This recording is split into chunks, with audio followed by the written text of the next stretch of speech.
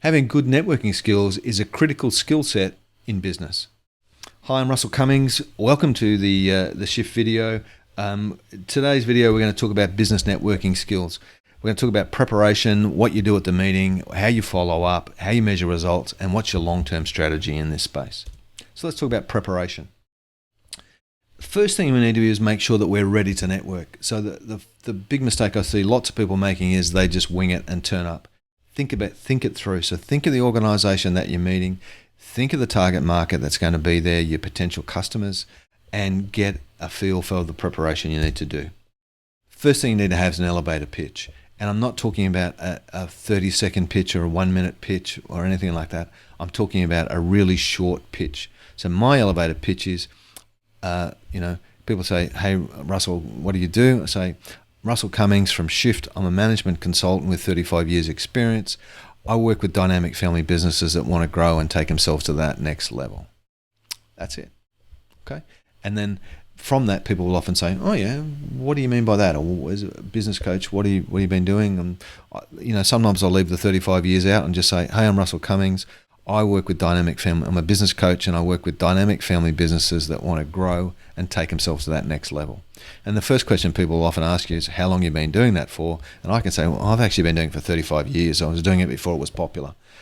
And so that's all you need is an elevator pitch. If your elevator pitch goes much longer than that, or if it goes as long as that, then it's probably too long. Okay. So start to cut it back. What you don't want to do is say, "I work with so-and-so and so, and I transform their lives, and I do this and that, and through innovative thing of blah, blah, blah, blah." You don't have time for that, and people's eyes will glaze over, and they'll look for you. The other thing is make sure you practice it, okay? Also important that you may have to have this in some sort of electronic format. So you may need to have a short little pitch which says, "Hey, I'm Russell Cummings, this is what I do, and these are my contact details," for you to plug into some of the online forums that are currently popular because of COVID-19. Just another version of your elevator pitch. Okay. Make sure you've got your contact details in a mechanism that you can share. So it might be something you can cut and paste into the chat thing. It could be an electronic business card that you can email to people. And alternatively, if you're a face-to-face meeting, it could be a paper business card or some sort of electronic way of texting it to them if you don't like business cards.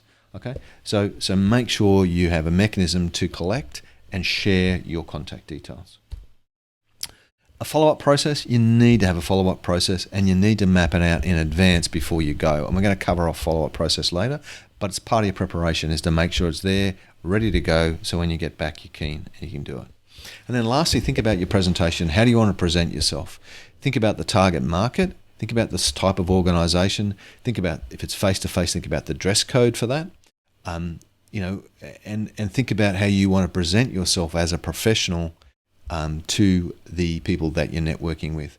One of the big mistakes I'm seeing people are making at the moment with some of the online networking that I'm a part of is they sort of crawl out of bed. They look like they've just crawled out of bed, hair's not done, wearing a baggy old t-shirt, and they just don't look professional. And as a networker, I'm looking at them at the other thing and saying, well, are you somebody I really want to do business with that's not taking this seriously? And now I'm sure they're competent and capable, but they're not presenting themselves in the best light. So think about how you want to present yourself.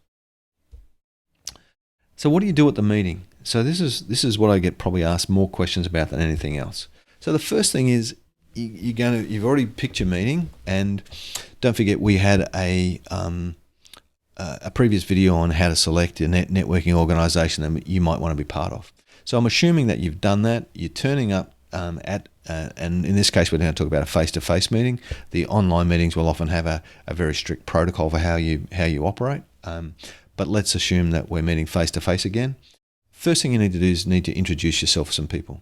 Now, if you read some of the networking gurus, they'll say you need to take 5 paces in from the entrance, 2 to the right, and then stand there facing the door with a smile on your face and hold people's eyes as they come out, saying hello to everybody who comes in the door and handing them business cards. I don't believe that. I find that's all a bit too stalkerish for my liking. And so what I tend to do is make sure I walk in, I'll identify a group of people standing there that look reasonably friendly, and I'll just stroll up to them and say, "Hey, how are you? Do you mind if I join you?"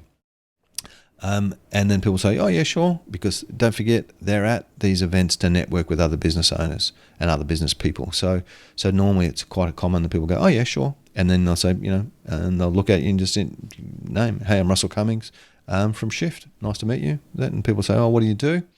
And we'll talk about that in a sec. Arrive 10 minutes early. Why? Because I find too many people turn up to networking events late. So if it says 6:45 for 7, don't turn up at 7, because that means most of the networking, the face-to-face networking, is over, and you're now going to sit down and listen to a presentation or have a breakfast or do something, and your opportunities to network with people are limited. So turn up at 6:45, or even better, 5 to 10 minutes early. Why? Two things. There's less people in the room, so therefore you can actually walk up and have a more detailed conversation with people. So it's actually easier to actually connect with people because there's people standing around looking at each other. So just walk up and say hi and introduce yourself. And then once you've introduced yourself and you're standing in a group of 2 or 3, you'll actually find other people will come and join you. And by the end of the networking event, you're probably standing with a group of 5 or 6 people that you can then communicate with and talk with. Remember, it's not all about you. So the big mistake I find people make at networking events is that they talk about themselves like nonstop and hold the conversation.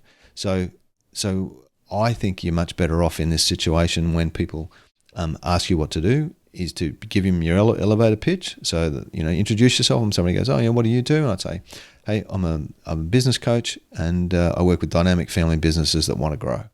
Now, that will give them a chance to ask a question if they want to, or they'll just go, and carry on. But I would normally go, okay, and so tell me a bit about your business, because people like to talk about themselves.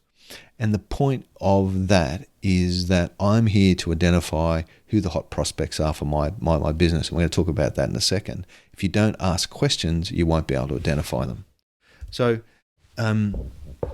make sure that you're in a position to exchange contacts with people. So, have your business cards, all that sort of stuff in a pocket that's easy to pull out, or in your purse or whatever, that you can easily pull them out and do them, or have it preloaded on your phone so you can text them your contact details or bump them or do whatever you do. But make sure you're ready to exchange contact details. Ask if you've identified some people that you would like to continue and explore continuing a relationship with, then ask them for their contact details. I just simply say, do you have a business card on you? And then they'll get you get their card, and you give them your card, and then you've got that. Often you'll find if you're standing in a group of 5 or 6, somebody will go, hey, and start handing out business cards. That's a great opportunity for everybody to swap business cards. So just pull out yours and do it. So make sure you're in a position to exchange contacts. As I mentioned before, this is about identifying the hot prospects. So what you want to do at this stage is you're sort of pre-qualifying people who you may think could be good customers or potential customers for you. So identify those hot prospects. So if you're standing in a group of 5 or 6 people, normally not all of them will be potential prospects for you. Some of them don't fit your target market or whatever, but often there'll be 2 to 3 of them will be potentially prospects for you. Make sure you identify those people and grab their business cards. Now, if you're in a situation where you get 5 or 6 business cards and you're really only interested in 2, make sure you put some sort of little mark on the business cards that you want to hang on to. Or if you've only got a couple, then it's easy to remember them. But make sure you put a little mark on them or something with a pen so that you can recall them easily and pull them back up. But identify those hot prospects, because they're the people you want to follow up with at the end of the networking event. And if you're at different groups, while it's nice to go in and catch up with the same people again, remember the purpose is there for you to actually network with a wider group of people, so to swim in a bigger pond. Make sure the next time you go in that you try and catch up with a different group of people. So start the process and do it. Now, this could be pushing you outside your comfort zone. That's okay, because the more you do it, the easier it gets. But think about moving with a different group. All right, let's talk about follow-up, because this is absolutely critical. So there's absolutely no point in going to the networking event if you're not going to do the follow-up. Otherwise, you're just having cups of tea with people and a nice breakfast or lunch or a glass of alcohol or beverage of your choice with people for no real purpose. Okay, so make sure you do your follow-up. And here's my follow-up process, all right? So at the meeting, I meet prospects and I exchange contacts with the hot prospects, all right? So I make sure I get the contact details for the hot prospects. Then after that, I send an email or a text message to hot prospects post-meeting, all right? So I follow up with those hot prospects. I may actually send them to everybody I got had a business card from, but I make sure that I pick up the hot prospects. If I had a particularly good interaction with somebody, I actually might pick up the phone and call them and say, hey, great to meet you this morning. Just wondering if you wouldn't mind to have a cup of coffee, all right? So I organised a meet for a coffee or a beer or, a wine or whatever at some point in the future where we can have a longer face-to-face conversation, and I'll show you what I do there. At that coffee meeting, I qualify the prospect, and then if I think that there's a meeting of the minds and there may be an opportunity for us to work together, then I'll invite them for what I call a sales meeting. I won't tell them it's a sales meeting, but I'll invite them for a longer sales meeting where we might really talk about the opportunity of us working together. And then in that sales meeting, you run your normal sales process. You may not follow my process exactly, but I think you should have a similar process that works for you and your target market. All right, so really important that you follow the group protocols here. So there are some groups where you exchange contact details, or you have one-to-one meetings with people, or they're a structured networking event so that you go and meet with people afterwards. So if you're in a structured group like that, make sure you follow the group protocols and you follow up as required. If not, then this is the simple email or text message that I send. Hi Mary, how are you? Great to meet you at the Chamber event this morning and to hear about your business. I'd like to meet with you and find out more about your business to see if there's an opportunity for us to work together. If you're interested, let me know a time that would suit you, and then I look forward to talking with you soon. Regards, Russell. I've also got another version which has, if you're interested in talking to me, use the link below and I send them to a Calendly link so they can find a time in my diary that suits them. But either one works. So you want to have a simple email like this that's just short to the point, says where you met them because they may not remember you, and then says, would you like to have another coffee? Okay.